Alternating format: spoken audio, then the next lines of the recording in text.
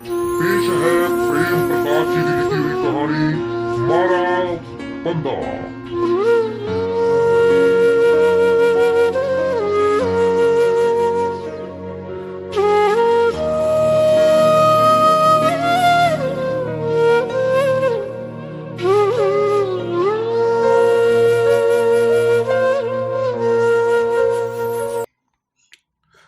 प्यारे विद्यार्थियों, प्यार भरी सत श्री अकाल।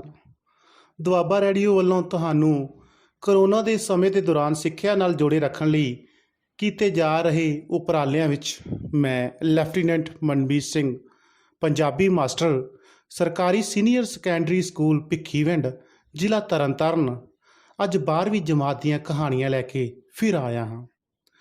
ਅਸੀਂ ਇੱਕ ਲੜੀ ਸ਼ੁਰੂ ਕੀਤੀ ਸੀ, ਉਸੇ ਲੜੀ ਦੇ ਤਹਿਤ ਅਸੀਂ ਅੱਜ ਅਗਲੀ ਕਹਾਣੀ ਪੜ੍ਹਾਂਗੇ ਅਤੇ ਨਾਲੇ ਉਹਦੇ ਉੱਤੇ ਉਸ ਦੇ ਵਿਸ਼ੇ ਦੇ ਉੱਤੇ ਵੀ ਵਿਚਾਰ ਚਰਚਾ ਜ਼ਰੂਰ ਕਰਾਂਗੇ। ਪਿਆਰੇ ਬੱਚਿਓ, ਤੁਸੀਂ ਜ਼ਿੰਦਗੀ ਵਿੱਚ ਕਦੇ ਨਾ ਕਦੇ ਤਾਂ ਰਿਕਸ਼ੇ ਦਾ ਸਫ਼ਰ ਤਾਂ ਜ਼ਰੂਰ ਕੀਤਾ ਹੋਵੇਗਾ, ਔਰ ਉਸ ਰਿਕਸ਼ੇ ਦੇ ਸਫ਼ਰ ਤੋਂ ਬਾਅਦ ਉਸ ਰਿਕਸ਼ੇ ਵਾਲੇ ਦੇ ਨਾਲ ਤੁਸੀਂ ਜਿੰਨਾ ਆਪਣਾ ਰਸਤਾ ਤੈਅ ਕੀਤਾ ਏ ਉਸ ਦਾ ਮੁੱਲ ਭਾਅ ਵੀ ਜ਼ਰੂਰ ਤੈਅ ਕੀਤਾ ਹੋਊਗਾ, ਪਰ ਬਾਅਦ ਵਿੱਚ ਕਦੇ ਫਿਰ ਉਸ ਤੋਂ ਰਿਕਸ਼ੇ ਤੋਂ ਉਤਰ ਕੇ ਉਹਨਾਂ ਦੇ ਪੈਸੇ ਦੇਣ ਤੋਂ ਕਦੇ ਬਹਿਸ ਵੀ ਤਾਂ ਜ਼ਰੂਰ ਕੀਤੀ ਹੋਊਗੀ। ਬੱਚਿਓ, ਅਸੀਂ ਆਲੇ ਦੁਆਲੇ ਦੇ ਵਿੱਚ ਇਸ ਤਰ੍ਹਾਂ ਕਈ ਵਾਰ ਦੇਖਦੇ ਹਾਂ ਕਿ ਜਦੋਂ ਅਸੀਂ ਸਫ਼ਰ ਤੈਅ ਕਰ ਲੈਂਦੇ ਹਾਂ ਤਾਂ ਫਿਰ ਉਸ ਤੋਂ ਬਾਅਦ ਅਸੀਂ ਰਿਕਸ਼ੇ ਵਾਲੇ ਨਾਲ ਬਹਿਸ ਜ਼ਰੂਰ ਕਰਦੇ ਹਾਂ। ਜੇ ਉਹ 20 ਰੁਪਏ ਮੰਗਦਾ ਤਾਂ 15 ਦਿੰਦੇ ਹਾਂ, ਜੇ 15 ਮੰਗਦਾ ਹੈ ਤਾਂ 10 ਦਿੰਦੇ ਹਾਂ, ਅਤੇ ਜੇ 10 ਮੰਗਦਾ ਹੈ ਤਾਂ ਫਿਰ ਕੋਸ਼ਿਸ਼ ਹੁੰਦੀ ਹੈ ਕਿ ਅਸੀਂ 5 ਦੇ ਕੇ ਉੱਥੋਂ ਖਹਿੜਾ ਛਡਾ ਲਈਏ। ਬੱਚੋ, ਇਹ ਸਾਡੀ ਇੱਕ ਪ੍ਰਵਿਰਤੀ ਚੱਲਦੀ ਹੈ ਮੱਧ ਵਰਗ ਦੀ, ਖਾਸ ਤੌਰ 'ਤੇ ਸਾਡੀ ਮੱਧ ਵਰਗ ਵਾਲੀ ਜਿਹੜੀ ਸ਼੍ਰੇਣੀ ਹੁੰਦੀ ਹੈ ਉਹ ਇਸ ਤਰ੍ਹਾਂ ਦੀ ਪ੍ਰਵਿਰਤੀ ਵਿੱਚ ਘਿਰੀ ਰਹਿੰਦੀ ਹੈ ਕਿ ਜਦੋਂ ਕਿਸੇ ਨੂੰ ਕੋਈ ਉਹਦਾ ਮੁੱਲ ਦੇਣਾ ਹੋਵੇ ਤਾਂ ਕੋਸ਼ਿਸ਼ ਇਹ ਹੁੰਦੀ ਹੈ ਸਾਡੀ ਕਿ ਉਹਦੇ ਨਾਲ ਬਹਿਸ ਕਰਕੇ ਉਹਨੂੰ ਘਟਾਇਆ ਜਾਵੇ, ਅਤੇ ਜਦੋਂ ਕਿਸੇ ਤੋਂ ਕੋਈ ਚੀਜ਼ ਲੈਣੀ ਹੁੰਦੀ ਹੈ ਤਾਂ ਸਾਡੀ ਕੋਸ਼ਿਸ਼ ਹੁੰਦੀ ਹੈ ਕਿ ਵੱਧ ਚੀਜ਼ ਲਈ ਜਾਵੇ। ਪਿਆਰੇ ਬੱਚਿਓ, ਇਸੇ ਤਰ੍ਹਾਂ ਦਾ ਵਿਸ਼ਾ ਜਿਹੜਾ ਹੈ ਸਾਡੇ ਸਮਾਜ ਦੇ ਵਿੱਚ ਵਾਪਰਦੀਆਂ ਘਟਨਾਵਾਂ ਨੂੰ ਲੈ ਕੇ ਇੱਕ ਕਹਾਣੀ ਜਿਹੜੀ ਅੱਜ ਅਸੀਂ ਸ਼੍ਰੀ ਪ੍ਰੇਮ ਪ੍ਰਕਾਸ਼ ਦੀ ਲਿਖੀ ਹੋਈ ਹੈ। ਇਸ ਰਿਕਸ਼ੇ ਵਾਲੇ ਦੇ ਉੱਤੇ ਜੀਵਨ ਦੇ ਉੱਪਰ ਬਣੀ ਘਟਨਾ ਹੈ, ਔਰ ਕਹਾਣੀਕਾਰ ਦੇ ਨਾਲ ਜਿਸ ਤਰ੍ਹਾਂ ਵਾਪਰਦਾ ਹੈ ਉਸ ਰਿਕਸ਼ੇ ਵਾਲੇ ਦੀ ਘਟਨਾ ਬੜੇ ਵਧੀਆ ਤਰੀਕੇ ਨਾਲ ਜਿਹੜਾ ਇਹ ਪ੍ਰੇਮ ਪ੍ਰਕਾਸ਼ ਜੀ ਨੇ ਆਪਣੀ ਇਸ ਕਹਾਣੀ ਦੇ ਵਿੱਚ ਬਿਆਨਿਆ ਹੈ। ਕਹਾਣੀ ਦਾ ਜਿਹੜਾ ਮੁੱਖ ਪਾਤਰ ਹੈ ਇੱਕ ਰਿਕਸ਼ੇ ਵਾਲਾ ਹੈ, ਅਤੇ ਉਹਨੂੰ ਕਹਾਣੀਕਾਰ ਨੇ ਜਿਹੜਾ ਨਾਂ ਦਿੱਤਾ ਹੈ ਉਹ ਮਾੜਾ ਬੰਦਾ ਕਹਿ ਕੇ ਉਹਨੂੰ ਜਿਹੜਾ ਹੈ ਉਸ ਨੂੰ ਇਸ ਕਹਾਣੀ ਵਿੱਚ ਬਿਆਨਿਆ ਗਿਆ ਹੈ। ਚਲੋ ਪਿਆਰੇ ਬੱਚਿਓ, ਇਹ ਕਹਾਣੀ ਦਾ ਵਿਸ਼ਾ ਸੀਗਾ ਅਤੇ ਕਹਾਣੀ ਵੱਲ ਅਸੀਂ ਚੱਲਦੇ ਹਾਂ। ਹੁਣ ਦੇਖਦੇ ਹਾਂ ਕਿ ਕਿਵੇਂ ਕੀ ਘਟਨਾਕ੍ਰਮ ਜਿਹੜਾ ਹੈ ਇਸ ਕਹਾਣੀ ਵਿੱਚ ਵਾਪਰਦਾ ਹੈ। ਉਹ ਉੱਥੇ ਹੀ ਖੜ੍ਹਾ ਸੀ। ਮੇਰੀ ਪਤਨੀ ਨੇ ਮੈਥੋਂ ਚੋਰੀ ਰਸੋਈ 'ਚੋਂ ਨਿਕਲ ਕੇ ਉਸ ਨੂੰ 2 ਵਾਰ ਦੇਖਿਆ। ਫਿਰ ਉਹ ਬੂਹੇ 'ਚ ਖਲੋ ਕੇ ਮੇਰੇ ਵੱਲ ਵੇਖਣ ਲੱਗੀ। ਮੈਂ ਖਿਝੀ ਨਜ਼ਰ ਨਾਲ ਉਸ ਨੂੰ ਵੇਖਿਆ ਤਾਂ ਉਹ ਰਸੋਈ 'ਚ ਵੜ ਕੇ ਚਾਹ ਬਣਾਉਣ ਲੱਗ ਪਈ। ਮੈਂ ਮੇਜ਼ 'ਤੇ ਬਹਿ ਕੇ ਫਿਰ ਉਹੀ ਚਿੱਠੀ ਲਿਖਣ ਦਾ ਯਤਨ ਕਰਨ ਲੱਗਾ ਜਿਹੜੀ ਕਈ ਦਿਨਾਂ ਤੋਂ ਅਧੂਰੀ ਪਈ ਸੀ। ਜੰਗਲਾਤ ਦੇ ਅਫਸਰ ਆਪਣੀ ਭੂਆ ਦੇ ਪੁੱਤਰ ਭਰਾ ਨੂੰ ਫਰਨੀਚਰ ਬਣਵਾ ਕੇ ਭੇਜਣ ਲਈ ਲਿਖਣਾ ਸੀ। ਸਾਈਜ਼ ਤੇ ਡਿਜ਼ਾਈਨ ਲਿਖਣ ਵੇਲੇ ਗੱਲ ਉਲਝ ਗਈ ਸੀ। ਜਰਾ ਕੁ ਸੁਲਝਣ ਲੱਗੀ ਤਾਂ ਪਤਨੀ ਨੇ ਆ ਕੇ ਹੌਲੀ ਦੇਣੀ ਕਿਹਾ, ਹੈਂ ਜੀ, ਉਹ ਉੱਥੇ ਹੀ ਖਲੋਤੇ। ਪਤਨੀ ਹਾਲੇ ਵੀ ਬੇਚੈਨ ਸੀ। ਮੈਂ ਚਾਹੁੰਦਾ ਸੀ ਭਈ ਉਹਦਾ ਧਿਆਨ ਹੀ ਨਾ ਕਰੇ, ਪਰ ਮੈਥੋਂ ਆਪ ਚਿੱਠੀ ਲਿਖੀ ਨਹੀਂ ਸੀ ਜਾ ਰਹੀ। ਮੈਂ ਵੀ ਉਸ ਨੂੰ ਬਾਰੀ ਵਿੱਚੋਂ ਕਈ ਵਾਰ ਵੇਖ ਚੁੱਕਾ ਸੀ। ਉਹ ਉਂਝ ਹੀ ਖਲੋਤਾ ਸੀ ਚੌਂਕ ਦੇ ਖੱਬੇ ਪਾਸੇ, ਆਪਣੇ ਰਿਕਸ਼ੇ ਦਾ ਰੁੱਖ ਪਾਰਕ ਵੱਲ ਕਰਕੇ। ਪਹਿਲਾਂ ਉਹ ਰਿਕਸ਼ੇ ਦੀ ਗੱਦੀ 'ਤੇ ਬੈਠਾ ਸੀ, ਫਿਰ ਉਹ ਪੈਂਡਲ 'ਤੇ ਖਲੋ ਗਿਆ। ਹੁਣ ਉਹ ਕਾਠੀ 'ਤੇ ਕੂਹਣੀ ਰੱਖੀ ਹੋਈ ਝੁਕਿਆ ਖਲੋਤਾ ਸੀ, ਜਿਵੇਂ ਉਸਨੇ ਕਿਤੇ ਜਾਣਾ ਵੀ ਨਹੀਂ ਹੁੰਦਾ। ਉਹਨੇ ਇੱਕ ਵਾਰ ਵੀ ਮੁੜ ਕੇ ਸਾਡੇ ਵੱਲ ਨਹੀਂ ਸੀ ਵੇਖਿਆ। ਘੱਟੋ ਘੱਟ ਉਦੋਂ ਖਾਲੀ ਪਲਾਟ ਵੱਲ ਵੇਖੀ ਜਾ ਰਿਹਾ ਸੀ, ਜਿਵੇਂ ਉਹਦਾ ਸਾਡੇ ਨਾਲ ਕੋਈ ਲੈਣ ਦੇਣੀ ਹੀ ਨਾ ਹੋਵੇ। ਕੁੱਬੀ ਹੋਈ ਉਸ ਦੀ ਪਿੱਠ ਦੇ ਸੱਜੇ ਮੋਢੇ ਦੀ ਹੱਡੀ ਤੱਕ ਭੈੜੀ ਜੀ ਬੁਰਸ਼ਟ ਅਤੇ ਹੋਰ ਰੰਗ ਦੇ ਕੱਪੜੇ ਦੀ ਟਾਕੀ ਲੱਗੀ ਹੋਈ ਸੀ। ਕੱਛੇ ਹੇਠ ਕਾਲੀਆਂ ਸੁੱਕੀਆਂ ਲੱਤਾਂ ਸਨ। ਸਿਰ ਦੇ ਵਾਲ ਮੈਲੇ ਉਲਝੇ ਹੋਏ ਸਨ। ਉਹਨੂੰ ਵੇਖ ਕੇ ਇਹ ਦਿਲ ਖਰਾਬ ਜਿਹਾ ਹੁੰਦਾ ਸੀ। ਜੇ ਉਹਦੀ ਫੋਟੋ ਖਿੱਚ ਕੇ ਅਖਬਾਰ 'ਚ ਛਾਪੀ ਜਾਵੇ ਤਾਂ ਹੇਠਾਂ ਲਿਖ ਦਿੱਤਾ ਜਾਵੇ, ਇਹ ਹੈ ਉਹ ਮੁੰਡਾ ਜਿਹੜਾ ਆਪਣੇ ਮਾਲਕ ਉਸ ਦੀ ਪਤਨੀ ਤੇ ਇਕਲੌਤੇ ਪੁੱਤਰ ਨੂੰ ਕਤਲ ਕਰਕੇ ਉਸ ਦੇ ਸਾਰੇ ਗਹਿਣੇ ਲੈ ਕੇ ਭੱਜ ਗਿਆ ਸੀ ਤਾਂ ਲੋਕ ਸੱਚ ਮੰਨ ਲੈਣਗੇ। ਇਹਦੀਆਂ ਭੁੱਖੀਆਂ ਭੁੱਖੀਆਂ ਨਜ਼ਰਾਂ ਇਸ ਤਰ੍ਹਾਂ ਹੈਰਾਨ ਨਾਲ ਵੇਖਦੀਆਂ ਜਿਵੇਂ ਕੁਝ ਚੰਗਾ ਵੇਖਿਆ ਹੀ ਨਹੀਂ ਹੁੰਦਾ, ਕਮੀਨੀਆਂ ਜਿਹੀਆਂ। ਜਦੋਂ ਉਸਨੇ ਭੈੜਾ ਜਿਹਾ ਮੂੰਹ ਕਰਕੇ ਆਨੇ ਕੱਢ ਕੇ ਮੇਰੇ ਵੱਲ ਤੱਕਿਆ ਸੀ, ਜਿਵੇਂ ਹੱਦ ਤੱਕ ਕਰ ਰਿਹਾ ਹੋਵੇ, ਤਾਂ ਮੈਨੂੰ ਖਿਝ ਆ ਗਈ ਸੀ। ਤੇ ਜਦੋਂ ਉਸਨੇ ਮੇਰੀ ਪਤਨੀ ਦੇ ਫੜਾਏ 2 ਰੁਪਏ ਬੁੜ ਕਰਕੇ ਵਗਾਹ ਮਾਰੇ ਸਨ ਤਾਂ ਮੇਰਾ ਦਿਲ ਕੀਤਾ ਸੀ ਭਈ ਉਸ ਨੂੰ ਵਾਲਾਂ ਤੋਂ ਫੜ ਕੇ ਥੱਲੇ ਸੁੱਟ ਲਵਾਂ, ਸੁੱਕੀਆਂ ਜੀਆਂ ਬਾਹਾਂ ਦੇ ਕਾਨੇ ਮਰੋੜ ਦਿਆਂ। ਪਰ ਮੇਰੀ ਪਤਨੀ ਨੇ ਮੈਨੂੰ ਰੋਕ ਦਿੱਤਾ। ਕੁਝ ਮੈਂ ਆਪ ਵੀ ਚੁੱਪ ਕਰ ਗਿਆ ਸੀ। ਇਸ ਕਮੀਨੇ ਜਿਹੇ ਬੰਦੇ ਨੂੰ ਕੀ ਹੱਥ ਲਾਉਣਾ ਏ, ਛਿੱਟੇ ਹੀ ਪੈਣਗੇ।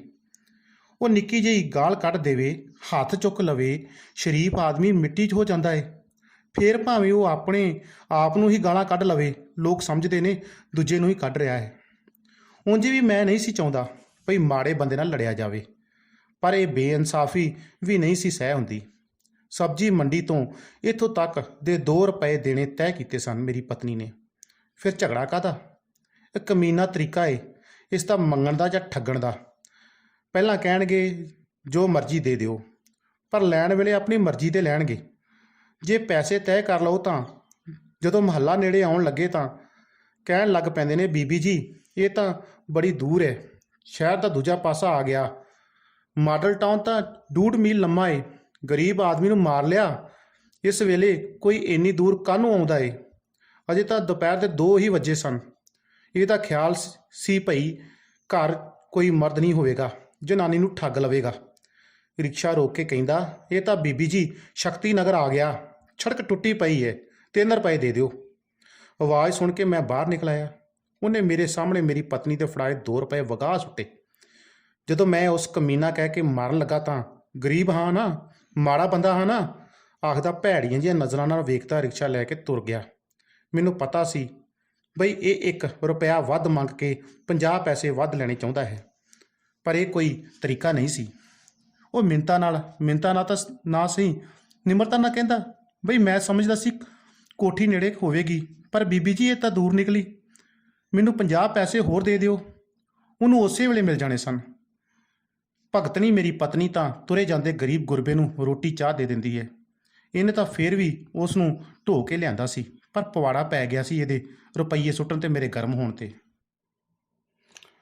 ਮੇਰੀ ਪਤਨੀ ਚਾਹ ਦਾ ਆਪਣਾ ਕੱਪ ਵੀ ਮੇਰੇ ਕੋਲ ਲੈ ਆਈ ਤਾਂ ਚੀਨੀ ਲੈਣ ਦੇ ਬਹਾਨੇ ਇੱਕ ਵਾਰ ਫਿਰ ਉਸ ਨੂੰ ਵੇਖ ਆਈ। ਕੁਰਸੀ 'ਤੇ ਬਹਿ ਕੇ ਚਾਹ ਪੀਂਦੀ ਨੇ ਮੇਰੇ ਚਿਹਰੇ ਵੱਲ ਤੱਕਿਆ। ਜਦ ਮੈਂ ਚੁੱਪ ਹੀ ਰਿਹਾ ਤਾਂ ਆਪ ਹੀ ਬੋਲੀ, ਛੱਡੋ ਪਰੇ, 3 ਰੁਪਏ ਹੀ ਹੈ, ਦੇ ਦਿਓ ਆ। ਨਹੀਂ, ਮੈਂ ਇੱਕੋ ਸ਼ਬਦ ਬੋਲਿਆ। ਉਹ ਗਰੀਬ ਹੈ, ਪੈਸੇ ਡਿੱਗ ਵੀ ਪੈਂਦੇ ਨੇ, ਬੱਚੇ ਰੋਜ਼ ਰੁਪਈਆ 2 ਰੁਪਈਏ ਖਰਚ ਦਿੰਦੇ ਨੇ, ਕਿੰਨੇ ਪੈਸੇ ਐਵੇਂ ਰੋੜ ਛੱਡੀਦੇ ਨੇ। ਉਹ ਰਿਕਸ਼ੇ ਵਾਲੇ ਦੀ ਵਕੀਲ ਬਣੀ ਬੈਠੀ ਸੀ, ਹਮਦਰਦੀ ਨਾਲ ਜਾਂ ਡਰ ਨਾਲ। ਉਂਝ ਉਹਦੀ ਗੱਲ ਵੀ ਠੀਕ ਸੀ।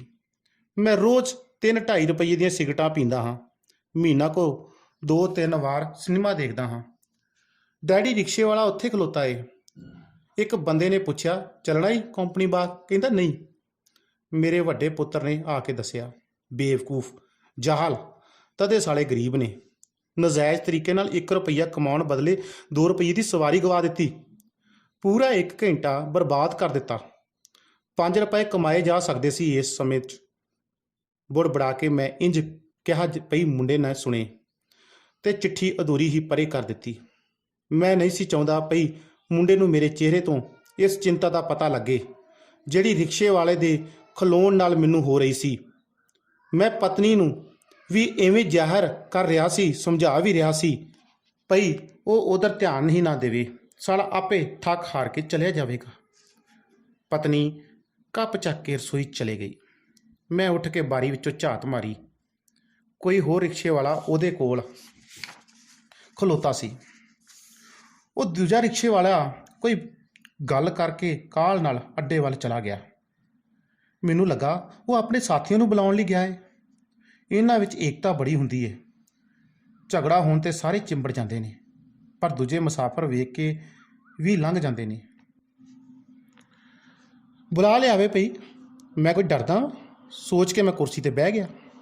ਪਤਨੀ ਮੁੜ ਕੇ ਆ ਕੇ ਬੂਹੇ 'ਚ ਖਲੋ ਗਈ। ਹੌਲੀ ਤਾਂ ਨਹੀਂ ਕਹਿੰਦੀ, ਰਿਕਸ਼ੇ ਵਾਲੇ ਨੂੰ ਚੰਗਾ ਹੁੰਦਾ ਇੱਕ ਕੱਪ ਚਾਹ ਪਿਆ ਦਿੰਦੀ। ਹੁਣ ਡੋਲਣੀ ਪੈਣੀ ਹੈ। ਉਹ ਸਮਝੌਤੇ ਦਾ ਰਾਹ ਲੱਭ ਰਹੀ ਸੀ। ਲੱਗਦਾ ਸੀ ਉਹ ਹਾਰ ਗਈ ਹੈ। ਜੇ ਉਹ ਰਿਕਸ਼ੇ ਵਾਲਾ ਮੁੜ ਕੇ ਆ ਜਾਵੇ ਤੇ ਮੈਂ ਇੱਥੋਂ ਚਲਾ ਜਾਵਾਂ ਤਾਂ ਇਹ ਉਹਨੂੰ ਚੁੱਪ ਕਰਕੇ 3 ਰੁਪਈਏ ਵੀ ਦੇ ਦੇਵੇਗੀ। ਕਿਉਂ ਜੀ? ਉਹ ਕਹਿਣ ਲੱਗੀ, ਜੇ ਰਾਤ ਹੋਵੇ, ਮੀਂਹ ਵਸਦਾ ਹੋਵੇ ਤਾਂ 3 ਹੀ ਰੁਪਈਏ ਤਾਂ ਲੈਂਦੇ ਨੇ ਰਿਕਸ਼ੇ ਵਾਲੇ। ਹੁਣ ਮੀਂਹ ਵਸਦਾ ਏ। ਮੇਰੇ ਮੂੰਹੋਂ ਇਹ ਗੱਲ ਸਖਤੀ ਨਾਲ ਨਿਕਲ ਗਈ। ਇਸ ਦਾ ਅਹਿਸਾਸ ਮੈਨੂੰ ਵੀ ਸ਼ਿੱਦਤ ਨਾਲ ਹੋਇਆ। ਉਹ ਉੱਠ ਕੇ ਦੂਸਰੇ ਕਮਰੇ ਵਿੱਚ ਚਲੀ ਗਈ। ਮੈਂ ਚਿੱਠੀ ਦੇ 2-3 ਸਤਰਾਂ ਝਰੀਟੀਆਂ ਤੇ ਪੂਰੀ ਕਰ ਦਿੱਤੀ। ਪੂਰੀ ਕੀ ਕਰ ਦਿੱਤੀ, ਥੱਕ ਹਾਰ ਕੇ ਲਿਖ ਦਿੱਤਾ। ਹੋਰ ਗੱਲਾਂ ਮੈਂ ਅਗਲੇ ਚਿੱਠੀ ਵਿੱਚ ਲਿਖਾਂਗਾ। ਡਿਜ਼ਾਈਨ ਜਿਹੜਾ ਤੁਹਾਨੂੰ ਚੰਗਾ ਲੱਗੇ ਤੇ ਲੱਕੜੀ ਬਾਰੇ ਮਿਸਤਰੀ ਨੇ ਜਿਹੜੀ ਗੱਲ ਮੈਨੂੰ ਦੱਸੀ ਸੀ ਉਹ ਭੁੱਲ ਗਈ। ਵਿਚਕਾਰ ਹਰਾਮਜ਼ਾਦਾ ਉਹ ਆ ਗਿਆ ਸੀ ਜਿਹੜਾ ਚੌਂਕ 'ਚ ਖਲੋਤਾ ਸੀ। ਸ਼ਾਇਦ ਹਾਲੇ ਵੀ ਉਂਝ ਹੀ ਖਲੋਤਾ ਹੋਵੇ, ਰਿਕਸ਼ੇ ਦੀ ਕਾਠੀ ਤੇ ਕੂਣੀ ਟਿਕਾ ਕੇ। ਮੈਨੂੰ ਪਤਨੀ ਦੀ ਇਸ ਆਦਤ 'ਤੇ ਖਿੱਚ ਪਈ ਆਈ ਕਿ ਜਦੋਂ ਕੋਈ ਮਜ਼ਦੂਰ ਝਗੜਾ ਪਾਵੇ ਤਾਂ ਵੱਧ ਪੈਸੇ ਦੇ ਕੇ ਖਲਾਸੀ ਕਰ ਲਈ ਜਾਵੇ ਤੇ ਅੱਡੇ 'ਤੇ ਬੈਠੇ ਮੰਗਤੇ ਦੀ ਇਹ ਗੱਲ ਮੰਨ ਲਈ ਜਾਵੇ ਕਿ 25 ਪੈਸੇ ਦਾ ਪਾਨ ਖਾ ਕੇ ਥੁੱਕ ਦਿੰਦੇ ਹੋ, ਇਸ ਗਰੀਬ ਦੀ ਤਲੀ 'ਤੇ ਥੁੱਕ ਦਿਓ। ਇਸ ਮਾਮਲੇ 'ਚ ਮੈਂ ਉਸ ਦੇ ਨਾਲ ਬਹਿਸ ਨਹੀਂ ਸੀ ਕਰਨਾ ਚਾਹੁੰਦਾ, ਕਿਉਂ ਇਹ ਗੱਲ ਦਲੀਲ ਨਾਲੋਂ ਵੱਧ ਭਾਵਨਾ ਦੀ ਹੈ।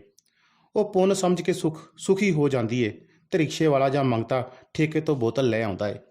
ਮੇਰਾ ਦਿਲ ਕੀਤਾ ਉੱਠ ਕੇ ਰਿਕਸ਼ੇ ਵਾਲੇ ਕੋਲ ਜਾਵਾਂ ਤੇ ਪੁੱਛਾਂ, ਪਈ ਤੈਂ ਜਾਣਾ ਕਿ ਨਹੀਂ? ਭਲਾ ਮਾਨਸ ਬਣ ਕੇ ਪੈਸੇ ਲੈ ਕੇ ਟੁਰ ਜਾ, ਨਹੀਂ ਤਾਂ ਛਿੱਤਰ ਲਵਾ ਦੂੰਗਾ। ਪੁਲਿਸ ਨੂੰ ਫੋਨ ਕਰਕੇ ਕਹਿ ਦਿਆਂਗਾ ਇਹ ਬਦਮਾਸ਼ ਰਿਕਸ਼ੇ ਵਾਲਾ ਮੈਨੂੰ ਧਮਕੀਆਂ ਦਿੰਦਾ ਏ, ਮੇਰੀ ਇੱਜ਼ਤ ਨੂੰ ਹੱਥ ਪਾਉਣ ਨੂੰ ਫਿਰਦਾ ਏ। ਔਖਾ ਜਿਹਾ ਉੱਠ ਕੇ ਮੈਂ ਬਰਾਂਡੇ 'ਚ ਆਇਆ। ਗੁੱਸੇ ਨਾਲ ਵਿਹੜੇ 'ਚ ਗਿਆ। ਗੇਟ ਵੱਲ ਵਧਿਆ ਤਾਂ ਉਹ ਰਿਕਸ਼ੇ ਵਾਲਾ ਉੱਥੇ ਨਹੀਂ ਸੀ। ਮੈਂ ਪਛਾਣ ਮੁੜ ਕੇ ਪਤਨੀ ਨੂੰ ਆਵਾਜ਼ ਮਾਰੀ। ਉਹ ਕੋਈ ਧਰਮ ਪੋਥੀ ਪੜ੍ਹਦੀ ਬਾਹਰ ਨਿਕਲੀ। ਮੈਂ ਉਸ ਨੂੰ ਦੱਸਿਆ ਕਿ ਉਹ ਚਲਾ ਗਿਆ ਏ। ਉਸਨੇ ਝੱਟ ਦੇਣੀ ਪੋਥੀ ਬੰਦ ਕਰਕੇ ਬਰਾਂਡੇ ਦੀ ਬੰਨੀ 'ਤੇ ਰੱਖ ਦਿੱਤੀ। ਅਸੀਂ ਲਾਅਨ 'ਚ ਪਈਆਂ ਕੁਰਸੀਆਂ 'ਤੇ ਬਹਿ ਗਏ। ਉਹਦੇ ਚਿਹਰੇ 'ਤੇ ਦੁੱਖ ਦਾ ਜਿਹੜਾ ਪੋਚਾ ਫਿਰਿਆ ਸੀ ਉਹ ਧੁੱਪ ਗਿਆ। ਮੈਂ ਐਵੇਂ ਪੁੱਛਿਆ, ਅੱਜ ਰਾਤੀ ਫਿਲਮ ਨਾ ਵੇਖ ਆਈਏ? ਓਹੋ, ਹੁਣ ਆਪਾਂ ਇਹ 3 ਰੁਪਏ ਪਿੰਗਲ ਵਾਲੇ ਨੂੰ ਦੇ ਦਿਆਂਗੇ ਤੇ ਉਹ 50 ਪੈਸੇ ਜਿਹੜੇ ਤੈਂ ਵੱਧ ਦੇਣੇ ਸਨ ਉਹ ਅੱਡੇ ਵਾਲੇ ਮੰਗਤੇ ਦੀ ਤਲੀ 'ਤੇ ਧਰ ਦਿਆਂਗੇ। ਜਿਵੇਂ ਤੇਰੀ ਮਰਜ਼ੀ, ਤੂੰ ਮੁਖਤਿਆਰ ਹੈ, ਮੈਨੂੰ ਕੀ। ਗੱਲ ਕਰਕੇ ਅਸੀਂ ਇੱਕ ਦੂਜੇ ਵੱਲ ਵੇਖਿਆ ਤੇ ਮੁਸਕਰਾ ਪਏ। ਪਿਆਰੇ ਬੱਚਿਓ, ਇਹ ਜਿਹੜੀ ਕਹਾਣੀ ਮੈਂ ਹੁਣੇ ਬਿਆਨ ਕੀਤੀ ਹੈ ਤੁਹਾਨੂੰ ਪ੍ਰੇਮ ਪ੍ਰਕਾਸ਼ ਜੀ ਦੀ, ਇਸ ਦੀ ਪੂਰੀ ਘਟਨਾਕ੍ਰਮ ਇਸੇ ਸੋਚ ਦੇ ਦੁਆਲੇ ਘੁੰਮਦੀ ਹੈ ਕਿ ਕਈ ਵਾਰ ਅਸੀਂ ਕਿਸੇ ਗਰੀਬ ਨੂੰ ਉਹਦਾ ਮਿਹਨਤਾਨਾ ਵੀ ਪੂਰਾ ਨਹੀਂ ਦਿੰਦੇ ਹਾਂ। ਖੈਰ, ਉਸ ਦੀ ਬਜਾਏ ਅਸੀਂ ਪੈਸੇ ਇੱਧਰ ਉੱਧਰ ਉਜਾੜਨ ਵੱਲ ਲੱਗਿਆਂ ਕਦੇ ਸੋਚਦੇ ਵੀ ਨਹੀਂ ਹਾਂ। ਆਪਣੇ ਐਸ਼ ਆਰਾਮ ਪੂਰੇ ਕਰਨ ਲੱਗਿਆਂ ਕਿ ਇਹ ਨਜਾਇਜ਼ ਖਰਚਾ ਅਸੀਂ ਕਰ ਰਹੇ ਹਾਂ। ਸ਼ਾਇਦ ਕਿਸੇ ਨੇ ਸਾਡੇ ਲਈ ਕੋਈ ਮਿਹਨਤ ਕੀਤੀ ਹੋਵੇ ਤਾਂ ਉਸ ਨੂੰ ਇਸ ਦਾ ਮੁਆਵਜ਼ਾ ਅਸੀਂ ਪੂਰਾ ਤਾਰ ਦਿੰਦੇ ਤੇ ਸਾਡੇ ਮਨ ਨੂੰ ਖੈਰ ਜ਼ਿਆਦਾ ਤਸੱਲੀ ਹੁੰਦੀ।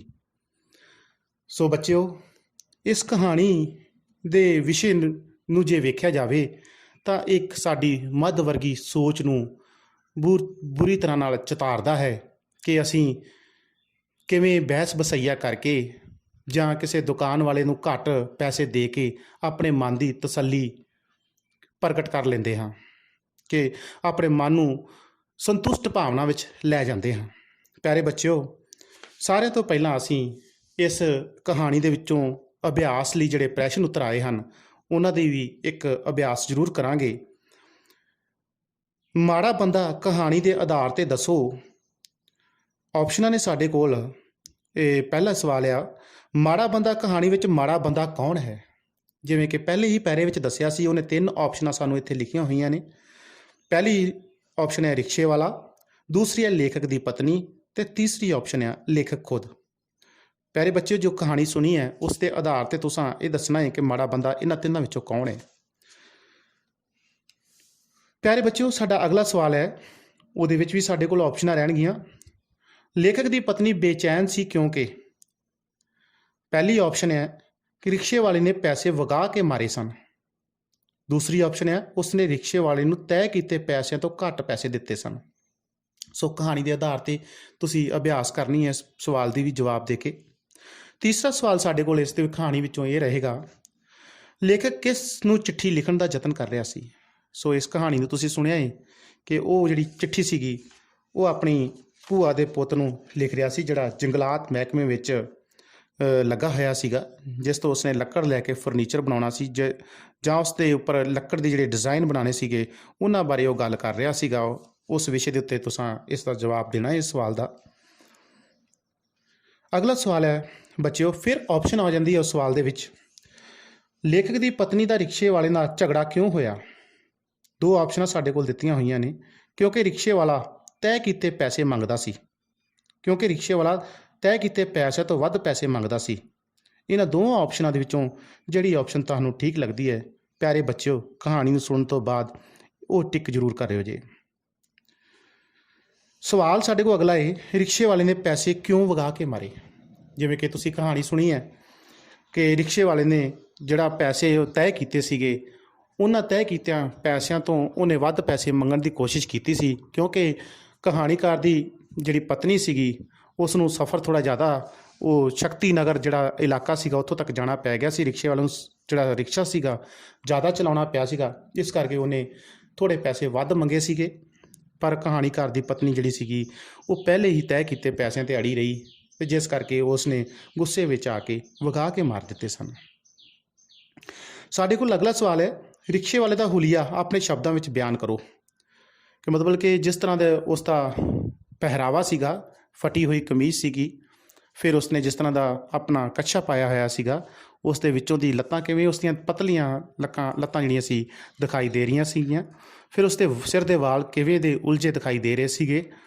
ਫਿਰ ਉਹਦੇ ਬਾਰੇ ਜਿਹੜੀ ਉਹਨੇ ਕਲਪਨਾ ਕੀਤੀ ਕਿ ਜੇ ਕੋਈ ਉਸ ਨੂੰ ਆ ਕੇ ਵੇਖੇ ਜਾਂ ਉਹਦੇ ਬਾਰੇ ਖਬਰ ਛਾਪ ਦੇਵੇ ਕਿ ਇਸ ਬੰਦੇ ਨੇ ਆਪਣੇ ਮਾਲਕ ਜਾਂ ਉਸ ਦੇ ਘਰਦਿਆਂ ਦਾ ਕਤਲ ਕਰਕੇ ਦੌੜਿਆ, ਅਤੇ ਇਹ ਸੱਚ ਮੰਨਿਆ ਜਾ ਸਕਦਾ ਹੈ, ਕਿਉਂਕਿ ਉਸ ਦੀਆਂ ਦੇਖਣੀ ਅਤੇ ਉਸ ਦਾ ਜਿਹੜਾ ਸੀਗਾ ਖਲੋਣ ਦਾ ਸਟਾਈਲ ਸੀਗਾ ਉਹ ਬਹੁਤ ਹੀ ਡਰਾਉਣਾ ਕਿਸਮ ਦਾ ਉਹਨੂੰ ਲੱਗਾ ਸੀਗਾ। ਲੇਖਕ ਦੇ ਰਿਕਸ਼ੇ ਬਾਰੇ ਕੀ ਵਿਚਾਰ ਸਨ, ਆਪਣੇ ਸ਼ਬਦਾਂ ਵਿੱਚ ਲਿਖੋ।